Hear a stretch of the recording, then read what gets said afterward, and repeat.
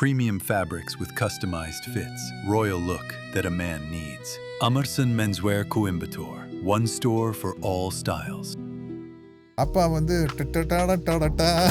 தலைவர் அப்பாவுக்கு தெரியாத மாதிரி பண்ணக்கூடாது. ஆனால் நான் ஏன் ரூமில் பண்ணேன் டக்குன்னு சிகரெட் நீட்டிடுவேன். It's very injurious to health சொல்லிடலாம். எல்லாம் பேக்கப் சொன்னோன்னே விக்கை கழட்டு. டேய் நீ எது கேட்டாலும் ஏதோ ஒரு பதிலை சொல்கிறேன் சார். உங்கள் பீரியட் கிசு சொல்லுங்க சார். சினிமாவில் தான் சிவாஜி சார் வந்து கட்டபொம்மை, ரியல் லைஃப்பில் கவுண்டமணி மாதிரி அவர். இன்னைக்கு நினைச்சாலும் எனக்கு ரொம்ப அது அப்செட் ஆகுது. படம் ஃபர்ஸ்ட் காப்பி பார்த்துட்டு கலைஞர் கண்ணிலையும் தண்ணி காண வந்த தங்கையை கண்டேன் கண்ணற்ற ஓவியமா நடிக்கிறார். Just spoke to Sathyaraj band அப்படி சொல்லுவாங்க. இந்த தொழிலை நம்பி வரக்கூடாது. Correct, exactly. திடீர்னு பார்த்தா காலையில வந்து ஸ்பீச் வரல. நீங்க போன சார் நீங்க அவரோட ஜாஸ்தி அழுவுறீங்க. சிம்மக்குரல் வழி கேட்கல சார், சிம்மக்குரல் கேட்கல சார்னு 3 வாட்டி சொன்னீங்க.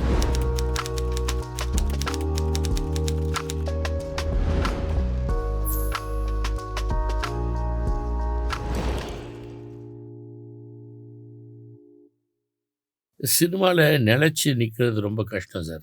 அப்படி நீங்கள் இன்னைக்கு வரைக்கும் நிலச்சி நிற்கிறதுக்கு காரணமாக எதுதான் நீங்கள் நினைக்கிறீங்க? ராம் சார், ஃபஸ்ட்டு ஃப்ராங்காக சொல்ல போனால் ஓரளவுக்கு நடிக்க தெரியும், அது முக்கியம். செகண்ட் திங் வந்து நான் ரொம்ப அட்ஜஸ்டபிள் டைப்பு. நான் தான் சொல்கிற மாதிரி எனக்கு ஒரு எய்ம் கோலு ஈகோ இல்லாத மனுஷன் இல்லை. பட் அதை என்னோடய ஈகோவை நானே பார்த்துட்ருப்பேன். அதனால் வந்து நம்மளுக்கு எனக்கு கிளியராக தெரியும் எனக்கு வந்து வேறு ப்ரொஃபஷன் ஒர்க் அவுட் ஆகாது. அதனால் வந்து உங்களுக்கு தெரிஞ்ச விஷயந்தான், ஆடியன்ஸ்க்காக சொல்கிறேன். எனக்கு வந்து அக்ரிகல்ச்சர், ரெண்டல்ஸ், எஃப்டி இன்ட்ரெஸ்ட், இதுதான். இது விட்டால் நம்மளுக்கு நடிப்பு தான். அப்போ எனக்கு ஷூட்டிங் இல்லாட்டி பொழுதும் போகாது, இன்கம்மும் தேவையில்லாமல் கட்டேன். ஸோ ஃபஸ்ட்டு ரெம்யூனரேஷனை பொறுத்து அந்தந்த நிலைமை எனக்கே தெரியும். என் உள்ளே இருக்கிற குட்டி சத்யராஜ் சொல்லுவேன், டே ஓவராக கேட்குற, விட்டுட்டு போயிடுவாங்க பார்த்துக்க அப்படின்னு. அதனால் வந்து அதில் அட்ஜஸ்ட் பண்ணிக்குவேன். அப்புறம் வந்து எனக்கு பிகினிங்லேயே வந்து எனக்கு வெரைட்டி ஆஃப் கேரக்டர்ஸ் அப்போ இருக்கிற டைரக்டர் கொடுத்தாங்க. இப்போ நடிகன் ஒரு மாதிரி, வேதம் புரிது ஒரு மாதிரி, மணிவண்ணனுடைய படங்கள் பயங்கர சர்காஸ்டிக் வில்லன், க்ரூடு வில்லன், ரெண்டுமே பண்ணியாச்சு. அப்புறம் வந்து அப்பா கூட சிவகுமார் அண்ணா கூடலாம் நடிச்சதில் சின்சியாரிட்டி. காலையில் எத்தனை மணிக்கு ஷூட்டிங்கோ அது வந்துடுவேன். அதே மாதிரி காலையில் 9 மணிக்கு வந்து சாயந்தரம் 6 மணி வரைக்கும் எனக்கு ஷார்ட்டே வராமல் இருந்து அசிஸ்டன்ட் டைரக்டர் வந்து சாரி சார் இன்னைக்கு அநேகமாக உங்களுக்கு ஷார்ட் வராதுன்னா கோச்சிக்க மாட்டேன், அப்படியே ஓகே அப்படின்னு விக்க கழட்டி வச்சுட்டு போய். ஸோ இந்த அட்ஜஸ்ட்மெண்ட்டு இப்போ இருக்கிற யங் டைரக்டர்ஸ் நிறையா என்னை யூஸ் பண்ணுறதுக்கு காரணம், நான் ஒரு பிளாங்க் பேப்பராக போய்க்குவேன். எனக்கு ஒரு ட்ரெண்ட் இருந்தப்போ இந்த டைலாக் இப்படி பேசலாம் செட் பண்ணி, இப்போ என்னென்னா வந்து அப்படியே போயிடுது. அவங்க என்ன ஆசைப்படுறாங்களோ அதில் என்னென்னா எனக்கே ஆக்டிங்கில் வெரைட்டி கிடச்சிருது. ராஜமௌலி ஒன்று ஃபீல் பண்ணுவார், இப்போ தனுஷ் டைரக்ஷன் நடிச்சு தனுஷ் ஒன்று ஃபீல் பண்ணுறாரு. இப்போ மார்ஷல்னு ஒரு படம் நானும் பிரபலம் நடிக்கிறேன், அவர் வேறு மாதிரி ஃபீல் பண்ணுறாரு. அந்த மாதிரி அதுலயே வார்த்தை கரெக்ட், பிளாங்க் பேப்பரா போயிட்டு அவங்க வரையில அவங்க வரைஞ்சுக்கிறாங்க. அதனால வந்து இன்க்ளூடிங் கெட்டப் பார்த்தீங்கன்னா எனக்கு படத்துக்கு படம் வேற ரூம் போட்டு யோசிக்கிறாங்க. நல்லது. உங்களுக்கு இப்போ இந்த எக்ஸ்பீரியன்ஸ் பிரமாதமா இருக்கு. நான் சொல்லுவேன் எல்லா கேரக்டர் ஆர்டிஸ்டும் அமிதாப் சார்லேருந்து நம்ம பிரகாஷ் ராஜ் எல்லாரும் ஆல்மோஸ்ட் சேம் கெட்டபிள் தான் நடிக்கிறாங்க. நம்மளை மட்டும் பெரட்டி எடுக்கிறீங்களா? இல்லை சார், உங்களுக்கு வெரைட்டியை பண்ணால் நல்லா இருக்கும் சார். டிஃப்ரெண்டாக தான் சார் இருக்கும். அப்பா அப்படிதான் நினைப்பாரு. ஒரு படத்துக்கு மாற்றிக்கிட்டே இருந்தால் தான் ஜனங்களுக்கும் ஒரு இதாக இருக்கும்னு நினைப்பாரு. இண்டஸ்ட்ரியில் உங்களுக்கு இருக்கிற நீண்ட கால நண்பர்கள் யார் சார்? இன்னும் தொடர்ந்து இருக்காங்களா? யார் இப்போ இண்டஸ்ட்ரியில் வேறு யார் ஃப்ரெண்ட்ஸ் இருக்கா? எல்லாம் நீங்கள்லாம் தான். இல்லை, ரெகுலராக ஃபோன் பேசுறது கவுண்டமணி அண்ணன், மணிவண்ணன் இருந்த வரைக்கும் மணிவண்ணன் கிட்ட பேசுவேன். கவுண்டமணி அண்ணன் ஒரு வீக்லி ஒன்ஸாவது பேசிடுவேன். அது சிரிக்கலாம். ஆமாம், ஒரு விஷயத்தை போட்டு விட்டா நம்ம சிரிச்சுட்டே இருக்கலாம். அஃப்கோர்ஸ் பிரபு கூட ரெகுலர் பேச, நம்ம ஷேடோஸ் நிலக்கல் ரவி அவங்க கூட பேசுது. அப்போ கமல் சார் கூட ரெகுலர் டச் இருந்தது, இப்போ கொஞ்சம் குறைஞ்சிருச்சு. அப்புறம் பர்த்டேக்கு விஷ் பண்ணுறது. இப்போ ரஜினி சாருக்கு ஃபோன் பண்ணி பர்த்டே விஷ் பண்ணேன். அப்புறம் ராம் சார், நான் செட்டில் இருக்கையில் இப்போ இருக்கிற அடுத்த ஜென்ரேஷன் கூட பயங்கரமாக மிங்கிள் ஆயிடுவேன். அதுக்கு எனக்கு பெஸ்ட் எக்ஸாம்பிள் ஜெய்சங்கர் சார் தான். உங்களுக்கு இப்போ நாங்கெல்லாம் அப்பா கூட நடிக்கல அப்படியே பின்பக்கமாக போய் அந்த பக்கமாக போய் ஷாட்டுக்கு வருவோம். ஜெய்சங்கர் சார்கிட்ட வந்து டக்குன்னு நெருங்கிடுவோம். அப்போ அவர் ஸ்மோக் பண்ணுவார், அப்போ நானும் ஸ்மோக் பண்ணிட்டு இருந்த பீரியட் தான். டக்குன்னு சிகரெட் நீட்டிடுவார். இப்போ ஸ்மோக் பண்ணுறதுல it's very injurious to health சொல்லிடலாம். அந்த மாதிரி நீ உட்காரு முதல்ல அப்படின்னு சொல்லி எனக்கு அது எக்ஸாம்பிளோ இல்லை வந்து எனக்கே வந்து அப்படி ஒரு நேச்சர். யங்ஸ்டர்ஸ் கூட வந்து பயங்கரமாக நல்லா அவங்களோட ஜோக் அடிச்சுட்டு சிரிச்சுட்டு. சொன்னீங்க முதல்ல பேச மாட்டேன், இன்ட்ரோவர்ட்டா இருந்து சிரஞ்சீவில இருந்து அப்படி ஆயிப்போச்சு. ரொம்ப இப்போ இருக்கிற பசங்க யங் ஹீரோஸ் வந்து நம்மளை சும்மா நோண்டுறது. சார் உங்கள் பீரியட் கிசு கிசு சொல்லுங்க சார், கிசு கிசு சொல். ஓ இப்போ நான் ஒன்று சொன்னால் நீங்கள் ஒன்று திருப்பி சொல்லணும். சும்மா என் வாயை மட்டும் பிடுங்க கூட, என்னை விட உங்ககிட்ட அதிகமாக இருக்கும். டிட் ஃபார் டாட், நான் ஒன்று சொல்கிறேன் நீங்கள் ஒன்று சொல்கிறேன் அப்படின்னு சொல்கிறேன். அப்படி நீங்கள் டைரக்ட் பண்ணீங்க சார் வில்லாதி வில்லன், அது பெரிய நல்லா ஓடிச்சு சார். அதுக்கப்புறம் எதுக்கு டைரக்ஷன் பண்ணாமல் விட்டீங்க? அது நான் பண்ண ஒரு கெரியரில் பண்ண ஒரு தப்பு தான் ராம் சார். என்ன டைரக்டர் சத்யராஜ் இருந்திருந்தா ஹீரோ சத்யராஜ் அப்படி தாங்கி பிடிச்சிருப்பான். இப்போ ஒவ்வொரு பேட்ச் இருக்கும் பாருங்க. இப்போ எங்கள் பேட்ச் இப்போ மக்கள் தலைவன், நடிகர் தலைவன், ஜெமினி சார், SSR சார் ஒன்று, அப்புறம் ஜெய்சங்கர் சார், ரவிச்சந்தர். நம்ம எங்கள் பேட்சுங்கிறது வந்து ரஜினி சார், கமல் சார், விஜயகாந்த், நான், பிரபு, கார்த்திகே எல்லாம் ஒரு குரூப் வந்தது. இதில் ரஜினி சார், கமல் சார் மட்டும் ஹோல்டு பண்ணிவிட்டு பிரமாதமாக ஹோல்ட் பண்ணுறாங்க. நாங்கள் எல்லாருமே விட்டு அடிச்சிட்டோம். ஒரு பெரிய பஞ்ச் ஆஃப் ஹீரோஸ் விட்டு அடிச்சிட்டோம். பட் ஆல் ஆர் கம்ஃபர்டபுள், எல்லோரும் பிஸியாக ஆக்ட் பண்ணிட்டுருக்கோம். ஒரு ஸ்டேஜில் வந்து என் படம் கீழே விழுக ஆரம்பிச்சதுக்கப்புறம் பிஸ்னஸ் இறங்கும் இல்லை, உங்களுக்கு தெரியாது சார். பிஸ்னஸ் இறங்க ஆரம்பிச்சுன்னு எல்லாமே குறையும். படத்துக்கு செலவு பண்ணுறது குறையும். 3 நாள் எடுக்கிற பாட்டு 1 நாள் எடுப்பாங்க, 5 நாள் எடுக்கிற ஃப்ளைட் 1 நாள் எடுப்பாங்க. எல்லாமே ஸ்டாண்டர்டு குறைஞ்சு சக்ஸஸ்ஃபுல் டைரக்டர் நம்மகிட்ட வரமாட்டாங்க. அவங்க சக்ஸஸ்ஃபுல் ஹீரோவும் சக்ஸஸ்ஃபுல் டைரக்டர். அதில் வந்து என்னால் ஸ்டாண்ட் பண்ண முடியல. ஒரு பஞ்ச் ஆஃப் ஹீரோஸ் அப்போ அந்த 80s ஹீரோஸ்னால ஸ்டாண்ட் பண்ண முடியல, accept Kamal sir and Rajini sir. அப்போ இந்த டைரக்டர் சத்யராஜ் இருந்திருந்தான்னா ஹீரோ சத்யராஜ் தாங்கி பிடிச்சிருப்பான். எப்போவுமே ப்ளஸ்ஸு தான் மைனஸ் தான் ப்ளஸ்ஸு. இந்த எனக்கு வந்து இந்த மைக்ரோ டீட்டெயில் இல்லை, மேக்ரோ தான். போட வாழ்க்கையில் போவோம் என்ன அப்படியே போவோம். அங்கே கதவு இருந்தால் அது வழியாக போவோம், இல்லாட்டி ரைட்டில் இண்டிகேட்டர் போட்டு ரைட்டில் போவோம்.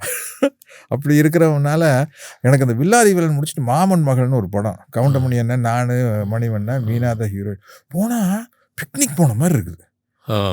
ஏன்னா இந்த டைரக்ஷன் பண்ணிட்டு போனால் நானே ஸ்டோரி, டயலாக், டைரக்ஷன் இதெல்லாம் முடிச்சுட்டாங்க. போயில அட ஏன்டா உள்ளே இருக்கிறவன் சொல்கிறான் குட்டி சத்திர, டே இது எவ்வளோ ஜாலியாக இருக்குடா, எல்லாம் அரட்டை அடிச்சுட்டு ஷார்ட் ரெடி தான் போயிட்டுருக்குற, உனக்கு அதுக்கு டைரக்ஷன் சொல்லிட்டு விட்டேன் ராம் சார். சார் நீங்கள் சொல்கிறது அப்பாகிட்ட கேட்டேன் சார். இது ஏன் நீ டைரக்ட் பண்ணவே இல்லைன்னு.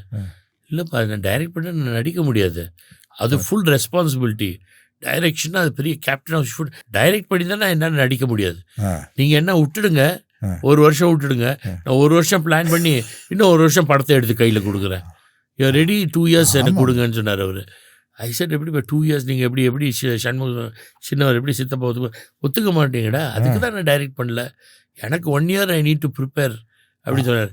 சொல்கிறது டைரக்டர் நான் டைரக்ட் பண்ணி தான் உட்காந்துருப்பேன், அப்படியே டைலாக் எல்லாம் எழுதிட்டு இருப்பேன்.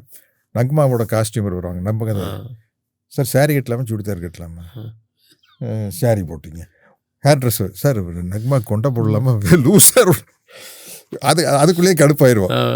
அது என்னங்க அவங்களுக்கு தெரியுமில்ல, ஏதோ 2வது பதில் வந்து கொண்டையா லூஸாரான்னு சொல்லுவாங்க. பேசிட்டு இருக்கல ஆர்ட் டைரக்டர் வருவார், சார் பேக்ரவுண்டு சார் உங்களுக்கு உடனே ப்ரொடக்ஷன் மேனேஜர், சார் நாளைக்கு ஃபைட்டில் எத்தனை ஃபைட்டர்ஸ் வச்சுக்கலான்ட்டு ப்ரொடியூசர் கேட்குறேன். எப்படி என்னடா இதுங்கிற மாதிரி ஆயிடுச்சு.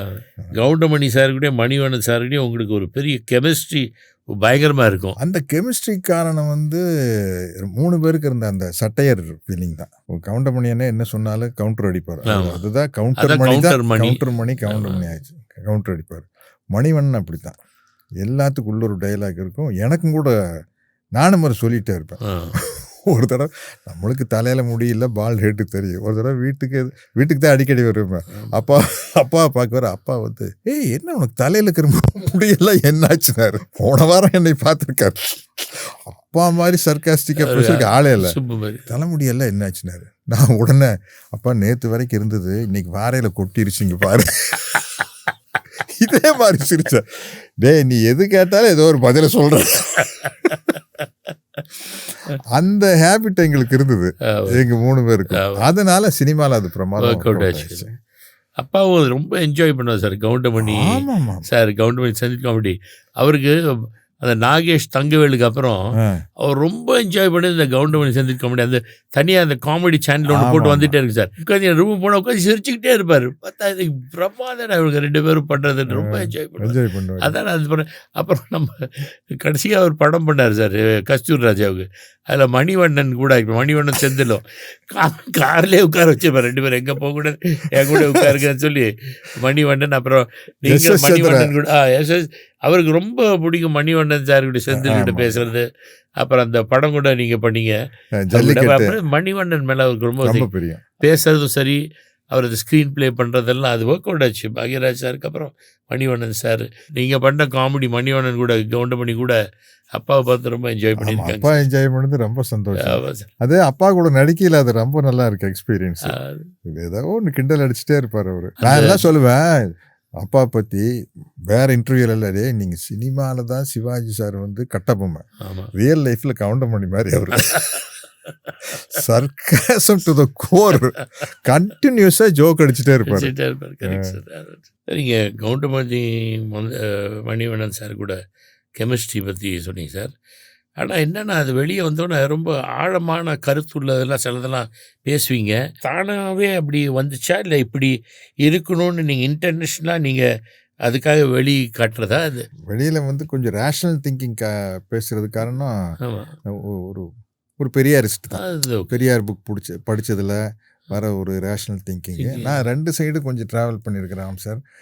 பெரியார், மார்க்ஸ், அம்பேத்கர் அந்த ஒரு சைடும் போய்க்கிறேன். இங்கே கொஞ்சம் இந்த ஓஷோ, ஜே கிருஷ்ணமூர்த்தி, யூஜி கிருஷ்ணமூர்த்தி இந்த ட்ராவலும் பண்ணிக்கிறேன். எந்த இடத்துல எதை எக்ஸாம்பிள் வச்சு பேச முடியும்னு எனக்கு ஒரு ஐடியா இருக்கும். அதனால அது பேசும்போதே ஒரு டிஃப்ரெண்ட்டாக இருக்கும்.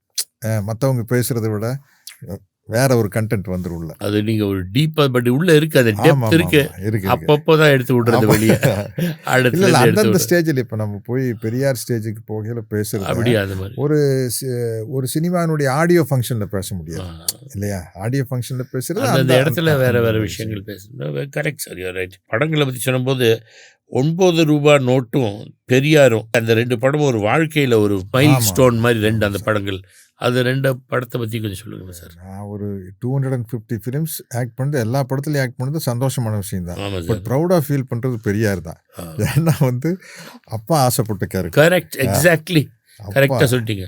ஏன்னா பயோபிக் வேறு, பயோபிக் ஆசைப்பட்ட கேரக்டர். அது ஏதோ காரணத்தினால தள்ளி போயிடுச்சு. நான் ஒரு தடவை பெரியார் திடலில் பேசும்போது நான் பெரியாரா நடிக்க ஆசைப்படுறேன் அப்படின்னு பேசிட்டேன்னா எனக்கே தெரியும் அந்த கேரக்டர் எனக்கு சூட் ஆகாதுன்னு.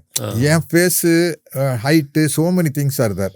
பெரியார் நல்ல கலராக இருப்பார், அவர் நான் பார்த்ததில்ல, நேரில் பார்த்ததில்ல. அப்புறம் இது ஞானராஜசேகர் டைரக்டர் பாரதி எல்லாம் எடுத்தவர் வந்து சார் பெரியார் பயோபிக் பண்ணுறோம், நீங்கள் தான் நடிக்கணும் அப்படின்னா நான் எப்படி சார் எனக்கு சூட் ஆகுமா சார் அப்படின்னா நான் பேசுறது பேசிட்டேன் அப்படின்னா அவர் ஆல்ரெடி என்னை வச்சு பார்த்தா பக்காவாக இருக்குதே அப்படின்னு ஒரு ஃபீல் இருந்தது. அதனால அது ஒரு ரொம்ப சந்தோஷமான ட்ராவல். ராஜேஷ் சார் அருமையாக பண்ணியிருந்தாங்க. வீரமணி சார் எல்லாம் வந்து ஆசிரியர்னு நாங்கள் சொல்லுவது. அவர் அப்போ கலைஞரத சிஎம். அதில் எனக்கு ரொம்ப பெருமையாக இருக்கிற விஷயம் வந்து அந்த படம் ஃபர்ஸ்ட் காப்பி பார்த்துட்டு படம் முடிஞ்சோன்னு பார்த்தா அவர் ஆசிரியர் கண்லேயும் கலைஞர் கண்லேயும் தண்ணி வருது. அப்பாடா, ஏன்னா ஃபஸ்ட் டைம் வந்து நடிக்கிறேன்னு டிசைட் பண்ணதுக்கப்புறம் கலைஞரை பார்த்து நான் சொன்னேன் இப்போ பெரியாரா நடிக்கிறேன்னு. அவர் என்னை சத்தின்னு தான் கூப்பிடுவார். சத்தி அப்படிங்களா, பட் அந்த வேலை உங்களுக்கு புரிஞ்சு வருமானு தெரியலையே, ஐயா ஹைட்டு வேறு, உங்கள் ஹைட்டு வேறு, முகம் அப்படின்னாரு. அப்புறம் தான் இந்த ஃபோட்டோ காட்டினேன், அந்த ஸ்கெட்சை. ஆனால் நான் கரெக்டாக இருக்குது அப்படின்னு சொல்லி கலைஞர் எனக்கு நடிச்சு காட்டுறாரு பெரியார் எப்படி பேசுவார்னு. அதெல்லாம் பண்ணி காட்டினார். அது இந்த 9 ரூபாய் நோட்டுங்கிறது வந்து தங்கர் பச்சனுக்கு தான் அந்த கிரெடிட். அது வந்து அவருடைய நாவல். அவருடைய 9 ரூபாய் நோட்டுன்னு ஒரு நாவல். அதில் நான் கோவணம் கட்டி நடிச்சிருக்கேன், ஆடு மேய்க்கிறவன். நான் தங்கர் பச்சன் கேட்டேன், சார் எனக்கு நடிக்கிறவங்க டைரக்ஷன் ரொம்ப இஷ்டம். அப்போ தான் அழகியெல்லாம் வந்த டைம். அதனால சார் நான் ஒரு ஆடு மேய்க்கிறவன், கோவணமெல்லாம் கட்டி நடித்தா எனக்கு சூட் ஆகுமா சார் பார்த்தேன். இல்லைண்ணே நீங்கள் வாங்கினேன், கரெக்டாக பண்ணலண்ணே, தைரியமாக வாங்கினேன்னு வந்து எனக்கு தெரிய ஒரே ஆர்டிஸ்ட் வந்து அந்த பெஸ்ட் ஆக்டர் அவார்டு வந்து 2 படத்துக்கு எனக்கு கொடுத்தது ஆனந்தவடன் வந்து இந்த பெரியார் 9 ரூபா நோட்டு 2 months டிஃபரன்ஸில் ரிலீஸ் ஆச்சு. Great thing sir. உங்கள் ஹெல்த்து, டயட்டு, ஃபிட்னஸ் எல்லாம் எப்படி மெயின்டைன் பண்ணுறீங்க சார்? ராம் சார் என்னால் ஒரு நாளைக்கு ஏதோ ஒரு ஒர்க் அவுட் பண்ணாமல் இருக்கவே முடியாது.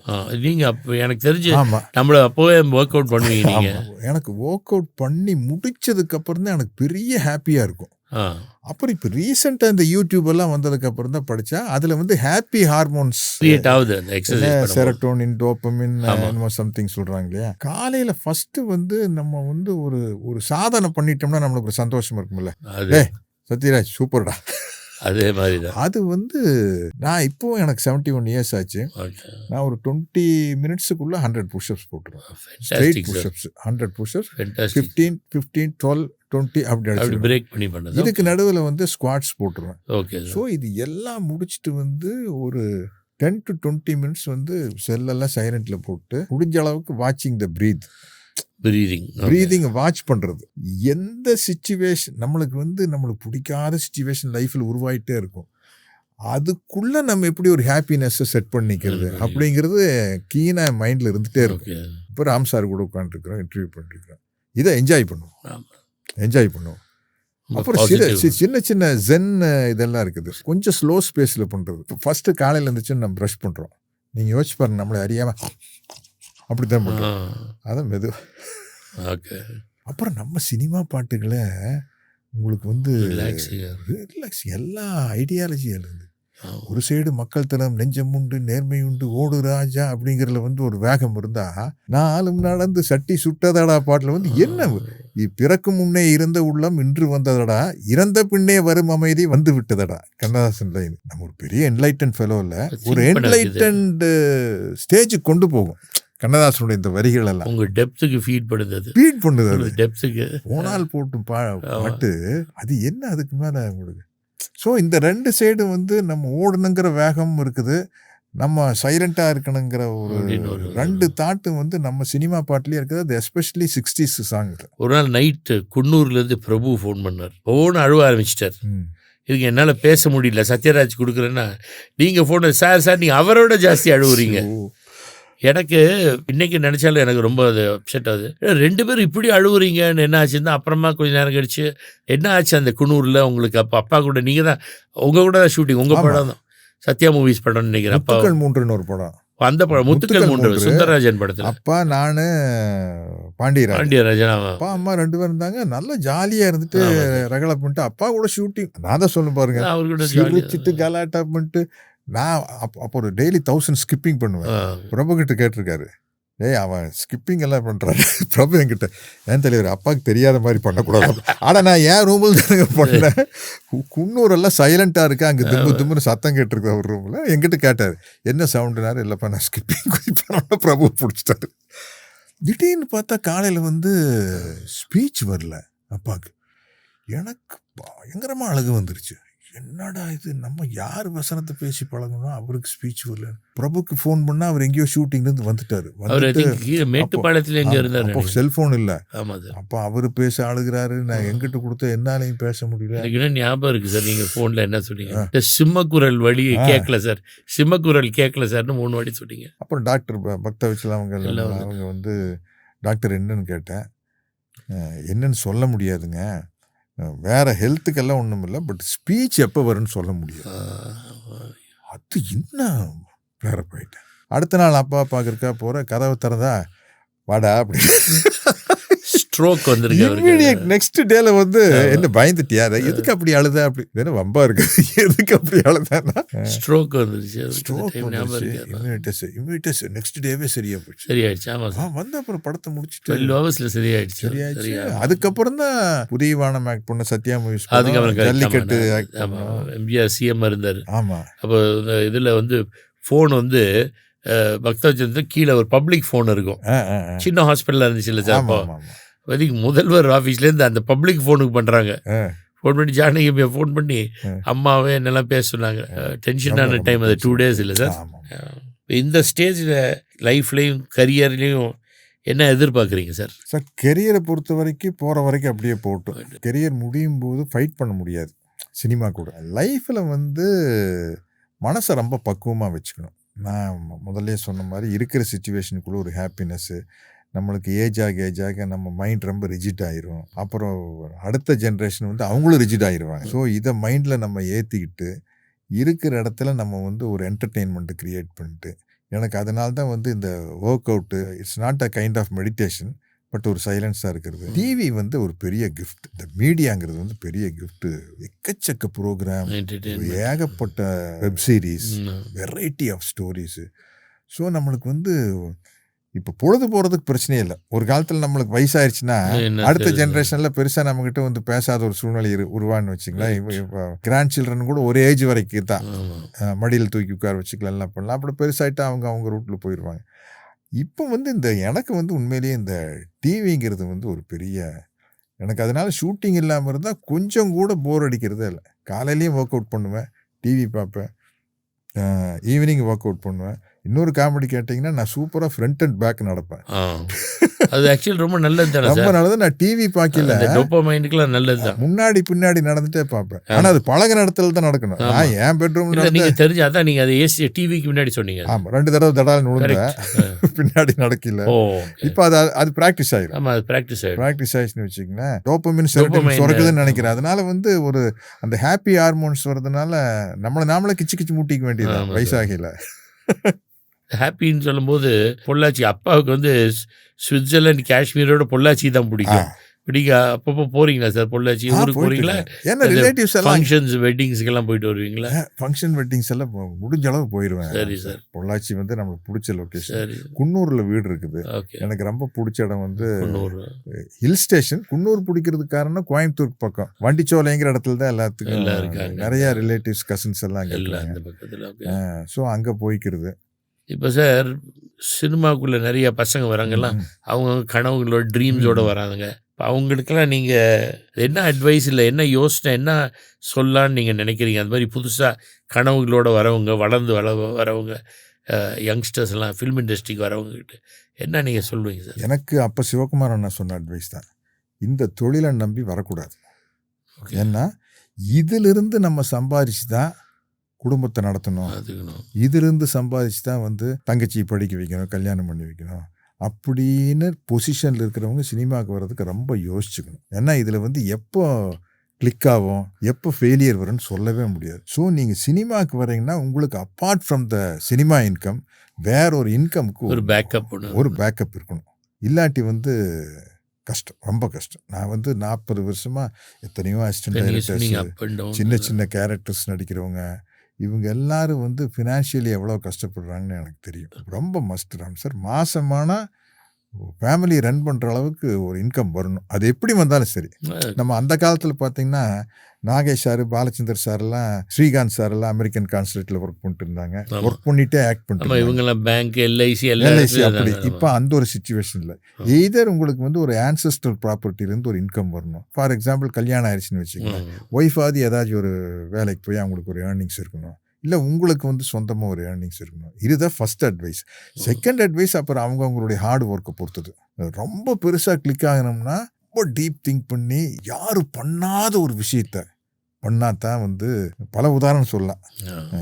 அப்பா வந்து அதுக்கு முன்னாடி பாகவதர், பியூஷனை போல பாடிட்டு இருந்தப்ப வந்து காண வந்த தங்கையை கண்டேன் கண்ணற்ற ஓவியமா, என்னடா இப்போ ஒரு நடிகரா. அதே மாதிரி வாத்தியார் வந்து பார்த்தீங்கன்னா அவர் எரால் ஃபிளைன் வந்து கத்தி சண்டை, சவுத் இண்டியன் எரால் ஃபிளைன் சொல்லுவாங்க, கம்பு சண்டை தெரிஞ்சதுனால கத்தி கம்பு ரெண்டையும் மிக்ஸ் பண்ணி அடிச்சாரு பாருங்க. அந்த செடி குச்சி, டபுள் குச்சி எல்லாம் வச்சு அடிச்சோன்னா, என்னடா அது இங்கிலீஷ் படத்துலையும் கூட இப்படி ஒரு கத்தி சண்டை பார்க்குறது, ஏதோ வேற மாதிரி போடுறாரு. ஷாட்டு உள்ள சீன்ல ஓடி வர்றது, சிரிச்சுட்டே சண்டை போடுறது. அதுக்கப்புறம் யோசிச்சு பண்ணி ரஜினி சார் பாருங்க, எம்ஆர் ராதா சார் எத்தனை பேர் தோளில் துண்டு போட்டு நடிச்சிருக்காங்க. பட் அவருக்கு தானே தோணுது அப்படி சுற்றி போடலான்ட்டு.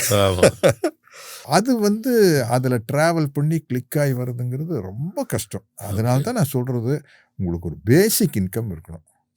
ரொம்ப சந்தோஷமாக இருக்குது சார் இதை நீங்கள் பேசினதெல்லாம். எனக்கும் சில விஷயங்கள்லாம் யோசனை வந்துச்சு.